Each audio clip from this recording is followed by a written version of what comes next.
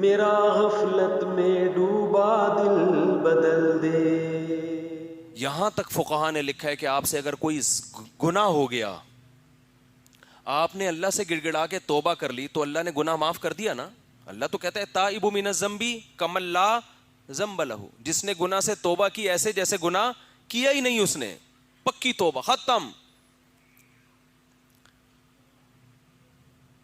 اب بار بار اگر شیطان آپ کو پریشان کرتا ہے نا کہ یار نہیں یہ تم نے کیا تھا تم غلط ہو, تو شیطان کو, کیونکہ اب شیطان پریشان کرے گا نا تو آپ کا پھر عبادت میں دل نہیں لگے گا. کیونکہ جب آدمی اپنے آپ کو سمجھتا ہے میں بندہ ہی غلط ہوں, تو پھر وہ کسی نیکی کی طرف اس کو موٹیویشن نیکی کی جب ملتی ہے, جب انسان کو اس کی صلاحیتوں کو کہ بھائی تم یہ کر سکتے ہو, تم ایک اچھے انسان ہو معاشرے کے, تم بھی اچھے بن سکتے ہو.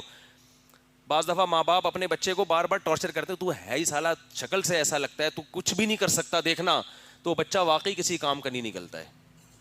بعض دفعہ ابا نا اپنے بچے کو صبح و شام تانے ہی دے رہے ہوتے ہیں, ماں کے سامنے کہہ رہے ہوتے ہیں میں بتا دوں یہ دنیا میں کچھ نہیں کر سکتا, ہوتا ہے نا, میں بتا دوں, میں تمہیں بتا رہا ہوں یہ مجھے اس سے کوئی امیدیں نہیں ہیں. تو بچہ جب یہ سنتا ہے تو آہستہ آہستہ وہ کہتے ہیں ہم ہیں ہی دنیا میں خام خواہ میں پیدا ہو گئے. تو واقعی اس کو بچے کو بھائی تھوڑی حوصلہ افزائی بھی کرنی پڑتی ہے کہ بیٹا یہ غلطی تم سے ہوئی ہے, لیکن انشاءاللہ مجھے تم سے امیدیں بہت ہیں. بہت اس سے انسان کو حوصلہ ملتا ہے, تو اس کی خوبیوں کو ہائی لائٹ بھی تو کرنا چاہیے.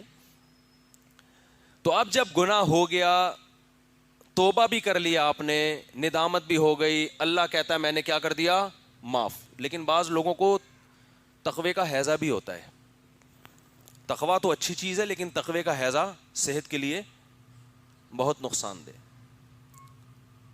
وہ خام خواہ میں نا بس نہیں ہم سے یہ ہو گیا تھا, پتہ نہیں ہمارا کیا بنے گا, پتہ نہیں کیا بنے گا. اس کا مطلب تم اللہ سے کو چیلنج کر رہے ہو, گویا اللہ معاف کر ہی نہیں سکتا تمہیں, تم اللہ کی رحمت سے آگے نکلنے کی, یہ بھی ایک قسم کا تکبر ہے. علماء کہتے ہیں گناہ ہو گیا, اچھی توبہ کر لی, پکی سچی مچی کی ہو گئی, بھول جاؤ اس کو.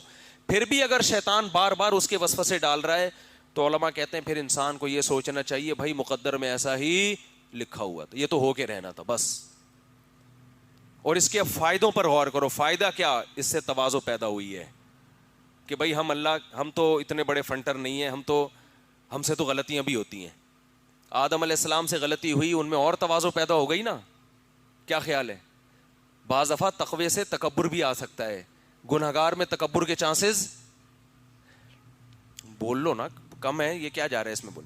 گناہ گار میں تکبر کے چانسز کیا ہوتے ہیں, تھوڑے کم ہوتے ہیں. بھائی ہماری تو ماضی ایسے گزرا, ہم کیا فخر کریں کسی کے سامنے.